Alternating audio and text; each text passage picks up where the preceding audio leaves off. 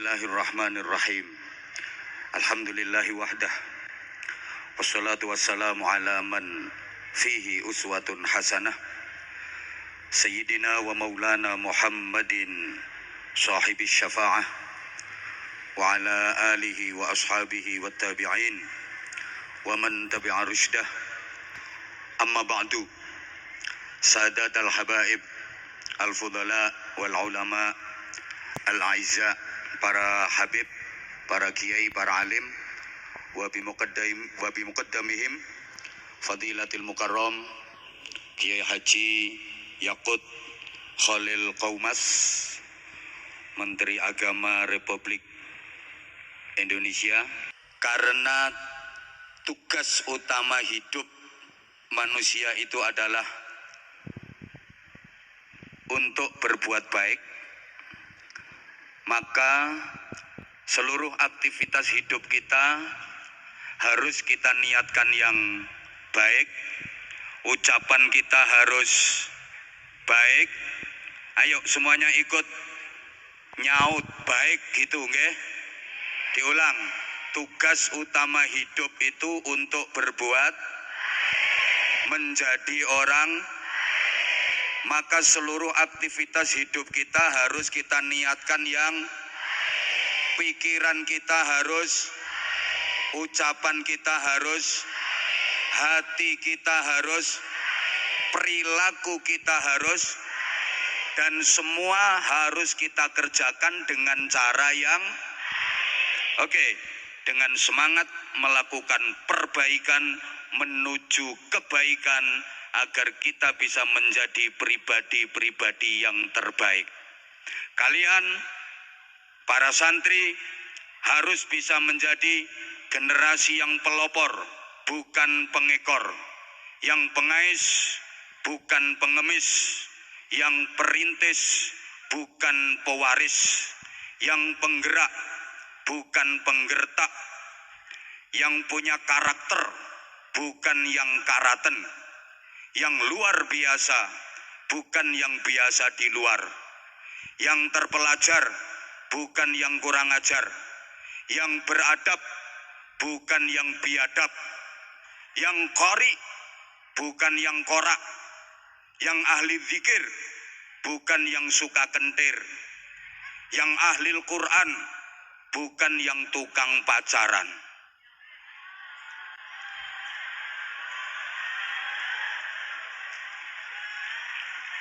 Maka momentum peringatan Hari Santri tahun 2022 ini jangan hanya formal seremonial, jangan hanya tradisi dan selebrasi, tapi harus benar-benar mampu memotivasi kita agar menjadi manusia yang benar-benar berakhlak santri, berjiwa santri.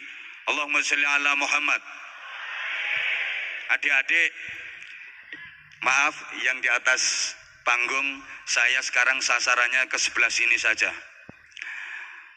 Kata santri kalau ditulis pakai huruf hijaiyah itu jumlah hurufnya ada 5. Sin, nun, ta, ra, ya. Masing-masing punya arti kalau ditinjau dari disiplin ilmu taktik, artinya ilmu otak-atik.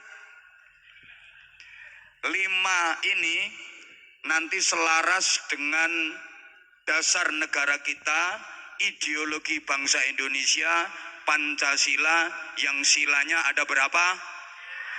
5. Pertama, sin, itu artinya salikun ilallah.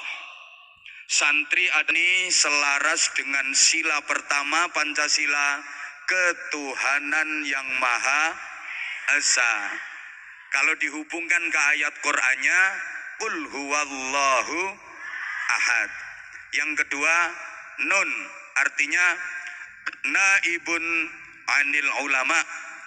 Santri harus sanggup menjadi pengganti penerus perjuangan para ulama, manusia-manusia yang tinggi ilmunya, kuat imannya, mulia akhlaknya. Ini selaras dengan sila kedua Pancasila, kemanusiaan yang adil dan beradab. Ayat Qur'annya, innallaha ya'muru bil adli wal ihsan. Yang ketiga, tarikul adawah wal iftirak, meninggalkan permusuhan dan perpecahan, berarti menjunjung tinggi ukhuwah wattihadul ummah, persaudaraan dan persatuan umat.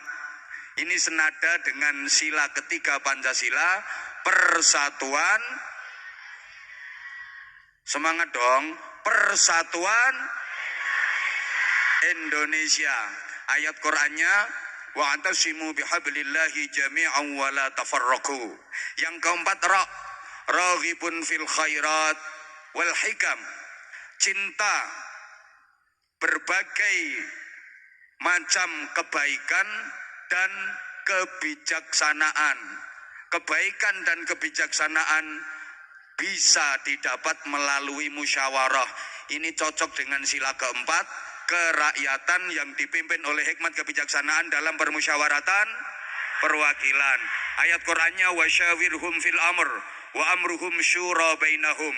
Yang kelima, yakin birahmatillah wa syafaati rasulih, yakin mendapatkan rahmat kasih sayang Allah, yakin mendapatkan syafaat Rasulullah. Dengan keyakinan itu pasti akan terwujud keadilan sosial bagi seluruh rakyat Indonesia. Ini ayat Qur'annya, wa ma arsalnaka illa rahmatan lil alamin.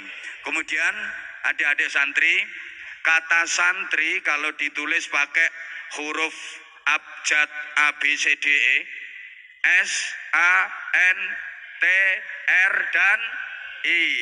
S sanggup, A amanah, N neruskan, T tuntunan, R rasul, I ilahi. Santri harus sanggup, amanah, neruskan tuntunan rasul ilahi. Santri terdiri dari dua suku kata, san dan, kurang semangat yang sebelah sini, san dan, oke, san itu diambil dari bahasa Arab ihsan, artinya kebaikan. Sedangkan tri adalah bahasa Sansekerta, artinya tiga. Maka santri adalah pribadi yang mempunyai tiga kebaikan secara terpadu. Berakhlak baik kepada Allah, berakhlak baik kepada sesama manusia, dan berakhlak baik kepada alam semesta. Adik-adik tolong diperhatikan. Ihsan bahasa Arab itu simbol agama, tri bahasa Sansekerta simbol budaya. Maka santri itu ngerti ini agama, ini budaya. Tahu ini syariat, ini adat. Faham ini islami, ini tradisi. Tidak dipercekcokkan, tidak dipertengkarkan, tapi dipadukan. Sehingga santri harus bisa mengislamkan budaya dan membudayakan Islam. Harus bisa mengislamkan masyarakat dan memasyarakatkan Islam. Allahumma sholli ala Muhammad. Allahumma sholli ala Muhammad. Nah, modalnya adik-adik harus bisa memadukan dua hal. Kalau meminjam istilah dalam surah Al-Alaq, allama bil qalam, allamal insana malam Kurang semangat. Allama bil qalam, allamal insana malam. Allama bil qalam, ini Allah mengajar pakai pulpen. Teaching by using pen. Iki aku juga ngerti artinya. Sistem pengajaran yang menghasilkan orang-orang pinter. Halo.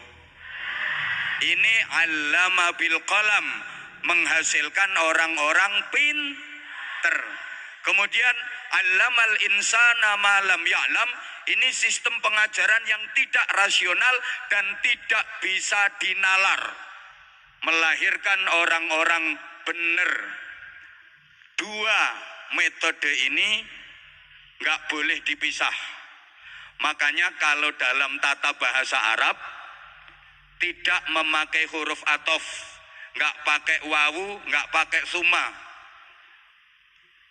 Kan ayatnya bukan allama bil qalam wa allamal insana malam ya'lam, ndak. Allama bil qalam summa allamal insana malam ya'lam, ndak. Tapi langsung allama bil qalam allamal insana malam ya'lam. Ini kalau dalam ilmu balaghah disebut kamalul ittisal. Nanti adik-adik kalau udah belajar ilmu balaghah pasti paham. Maknanya dua-duanya harus menyatu, nggak boleh dipisah. Santri itu harus pinter, harus bener, harus kurang semangat. Harus pinter, harus bener, harus.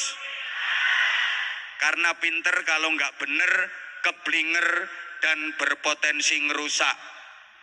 Bener kalau nggak pinter, menjengkelkan. Bahasa Inggrisnya nganyelke. Bener kalau nggak pinter itu menjengkelkan. Wong ditanya baik-baik, Mas dari mana? Dari belakang. Mau kemana? Mau ke depan. Bener apa salah? Bener, tapi menjengkelkan. Rumahnya mana Mbak? Indonesia. Rumahnya mana? Cilacap. Bener apa bener? Woi, Allah ya Karim.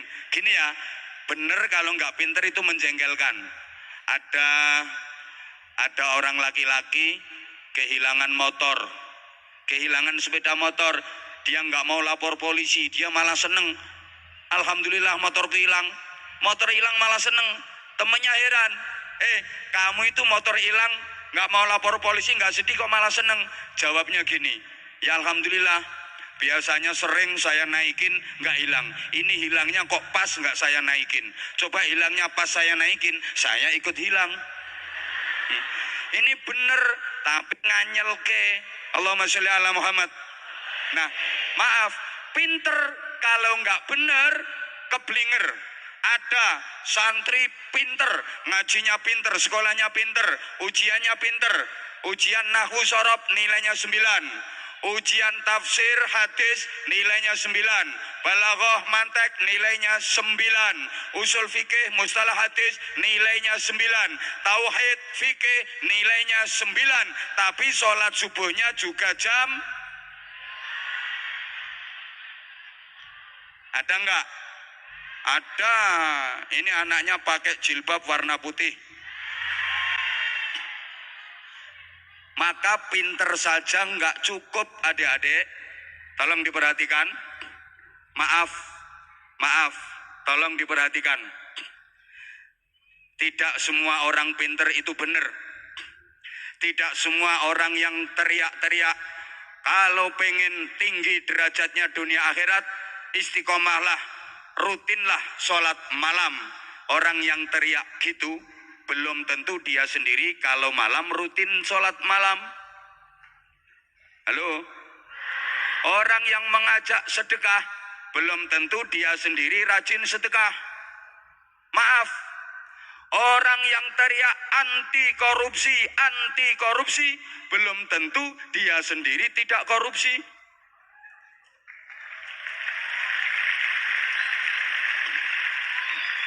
Tapi orangnya nggak hadir di sini. Ada Awalnya kenceng banget anti korupsi. Ternyata dia teriak kayak gitu karena bicaranya belum fasih. Waktu itu belum dapat kedudukan. Begitu sudah dapat kedudukan, ngomongnya jadi fasih. Dulunya anti korupsi. Begitu dapat jabatan, teriaknya jadi antri korupsi.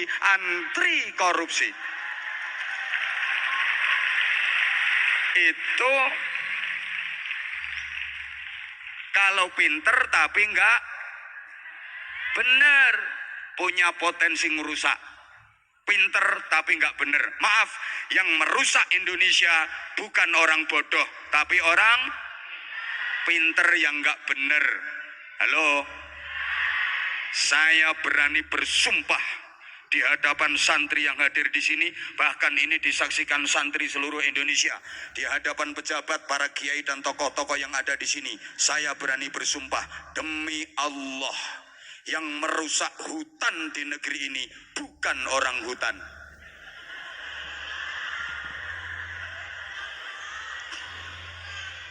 Sing ngerusak alas kuwi dudu kethek. Tapi orang-orang pinter yang akhlaknya lebih rusak daripada. Berapa harganya? Ya, berarti yang diomongin mumpuni tadi bener ya? Matur suwun, Dok. Koyok kayun rupamu ae.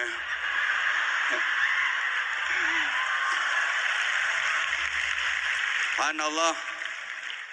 Ini si mumpuni, secara jujur dia mengakui memang dia pinter. Materi-materi ceramahnya itu banyak yang nyadur ceramah saya. Ayo nek gak ngaku. Ya, anak-anak kalau sekedar pinter gampang. Ada sekolahnya, ada kuliahnya, ada kampusnya, ada fakultasnya. Tapi untuk bener susah. Ini nanti kehebatannya santri. Pak Menteri, saya mohon tambahan waktu sebentar boleh ya? Halo? Wes. Minta tambahan waktu 5 menit boleh? Ini waktunya mestinya harusnya sudah habis. 5 menit saja. Kalau sekedar pinter gampang. Yang susah itu bener. Maaf adik-adik, kalau pengen pinter hukum, ada fakultas hukum, tapi tidak ada fakultas keadilan. Sehingga jangan heran, ada pakar hukum, ahli hukum, akhirnya punya masalah hukum, jual beli hukum, bahkan kadang jadi maklar hukum, berurusan dengan hukum, wa akhiru da'wahum, masuk hukuman. Kalau pengen pinter di bidang pendidikan, gampang, ada fakultas pendidikan, tapi sampai hari ini belum ada fakultas kesabaran. Mbak, nanti rencananya kuliah di mana? Saya mau kuliah di UIN. Ngambil prodi apa? Ngambil jurusan apa? Jurusan kesabaran. Ada apa enggak? Pengen ahli ekonomi? Gampang. Pak Sandiaga Uno pakarnya ekonomi. Ada kuliahnya. Ada fakultas ekonomi. Tapi enggak ada fakultas kesejahteraan. Pengen jadi polisi? Gampang. Ada akademi kepolisian, tapi sampai hari ini nggak ada akademi kejujuran.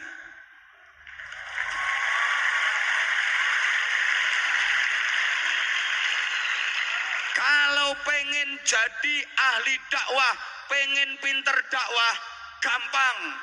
Ada fakultas dakwah, tapi nggak ada fakultas keikhlasan. Maka jangan heran, kadang ada ustadz kiai diundang dakwah, pulang gak disangoni, gremeng. Dan izin Gus Menteri Anwar Zaid, bukan lulusan fakultas keikhlasan. Jadi mohon jangan diuji keikhlasan saya. Sampai hari ini saya belum pernah diwisuda dari fakultas keikhlasan. Kiai dulu, kiai sepuh dulu, termasuk abahnya Gus Menteri, mbahnya Gus Menteri, idola saya di bidang ceramah, Singapodium, Tapi tiba putune pinter aku ceramahe. Mbahnya beliau top. Mbahnya Gus Menteri ini singa podium. Kalau udah berada di podium di mimbar kayak gini, semua terdiam, cep, kelegep, nggak ada yang berani ngomong. Beliau punya doa yang izin sampai sekarang doanya juga saya amalkan. Bismillahirrahmanirrahim. Sang manik cemar, uripmu wis kawengku dening aku. Itu ijazah dari mbahnya beliau. Ya, ini mumpuni urung duwe, engko tak kei engko.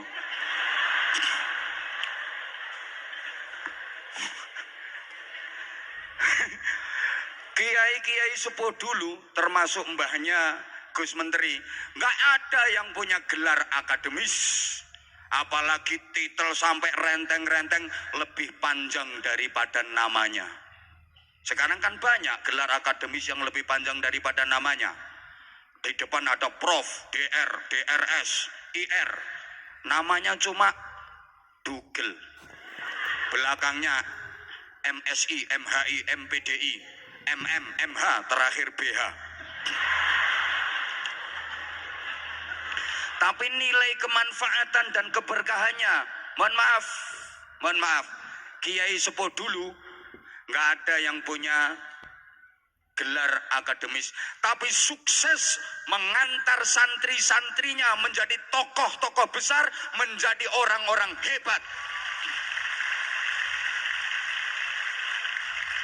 Bahkan mayoritas pendiri negeri ini adalah tokoh produk dari pondok pesantren.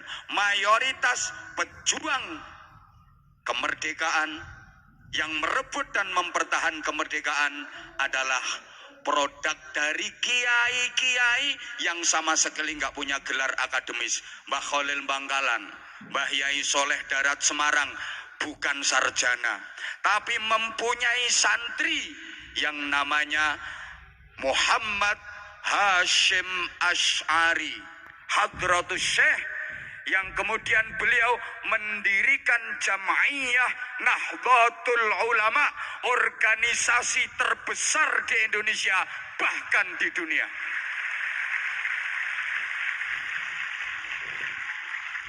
Nggak punya gelar akademis. Nah, maaf. Bahkan ya layak sekali dihargai sebagai hari santri. Kenapa? Ini langsung tak jujuk kayak kapan-kapan kalau diundang lagi tak jelaskan lebih detail. Saya jadi teringat ketika Bapak Pendidikan Nasional Ki Hajar Dewantoro menghadap kepada Presiden pertama Republik Indonesia Bung Karno di Istana Bogor. Oleh Bung Karno, Pak Ki Hajar Dewantoro dimintai saran. Apa saran Bapak sebagai Bapak Pendidikan Nasional untuk generasi bangsa? Maka Ki Hajar Dewantoro yang punya jargon luar biasa, ing ngarsa sung tulodo, ing madya mangun karso dan tutwuri handayani, sing ngentut mburi ngarep sing diarani.